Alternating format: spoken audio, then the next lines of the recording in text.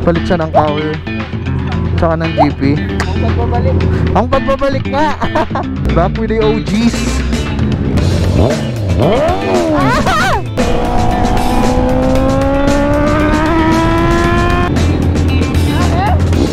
Atin niya. Bakit iniwan nila ako? Hanapin ko pa kayo. Wala akong data. Abangan nyo na yung ride na isa-set namin sa Bulacan. Hello guys and welcome back to our vlog. Dito na naman tayo para wala lang ulit. Gusto ko lang mag-ride kasi wala, nag-aya sila eh. Tagal ko na rin di nagmumotor. Actually matagal ko na hindi ginagamit to. Plus check nyo to oh. Palit siya ng cowl tsaka ng GP. Ang pagbabalik nga. Kahit makina sa pakiyo. Maragul yan eh. Makina na. Mas maragul ito, 900 eh. 650. Back with the OGs. Na-miss lang namin magkasama. Ngayon lang ulit kami nagkasama eh. Last ride namin 2 months ago. Tsaka kung may kukwento, diba na-meet natin si ano,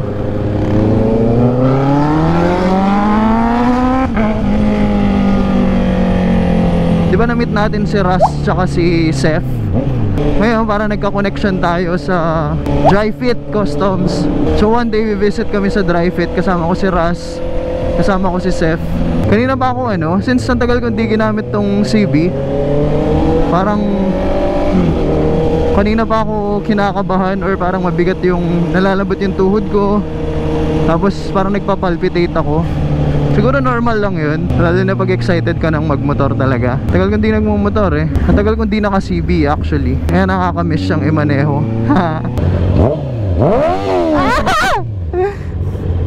Nakakamiss din eh.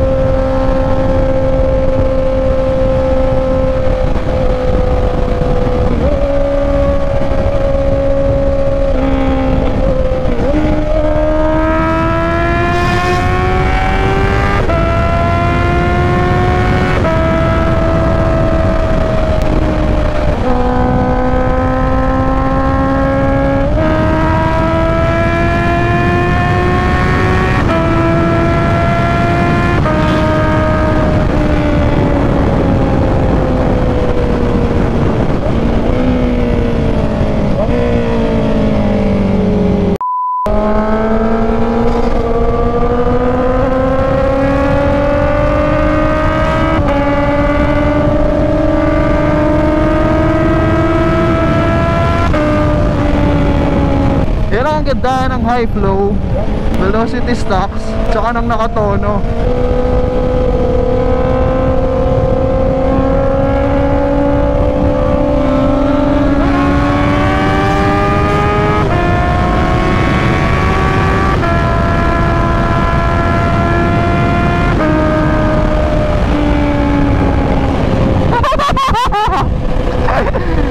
Sir, wag na yung resibo?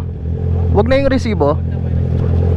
Mamaya ipatry natin to kay Chris para malaman niya yung difference or maramdam. Kaso pag naramdaman niya kasi yung difference, papa-upgrade na naman siya eh. Nabudol siya sa lahat ng upgrades ko eh.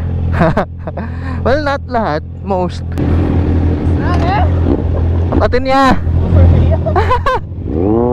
Siguro parang tumaas yung acceleration niya compared dun sa mabagal yung pag-akyat nung power. Parang mas naging, alam mo yan, mas ganun. What?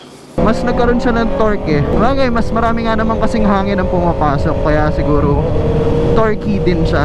Going back, lalo na sa Bulacan lang siya, so parang first time ko talagang magmumotor papunta sa south. South, feeling ko south na, no? Basta lumagpas ng San Fernando kasi feeling ko south na.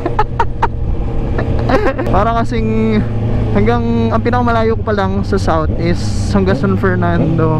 So parang pag lumagpas pa tayo doon, edi achievement ba? Parang ganun. Excited lang din ako pumunta doon kasi makakaroon tayo ng, makakamit tayo ng mga bagong tao, tapos meron pa tayong content, so additional na lang yun. Pero yung meron tayong mamimit na ibang tao na kasama din sa hilig natin, edi mas maganda, diba? At least meron tayong ibang kasamang mga content creators.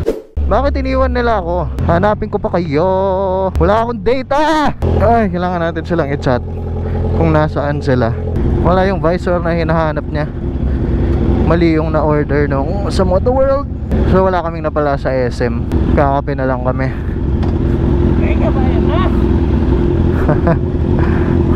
Kasi yung mag big bike, nagre-reklamo kayo mabigat.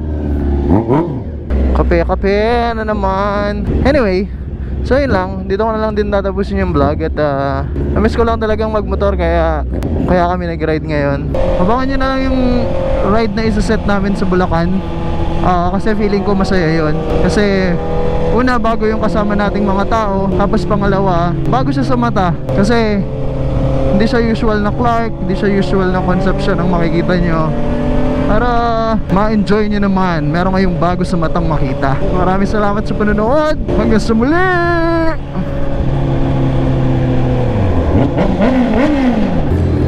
Tugi ko pa bale.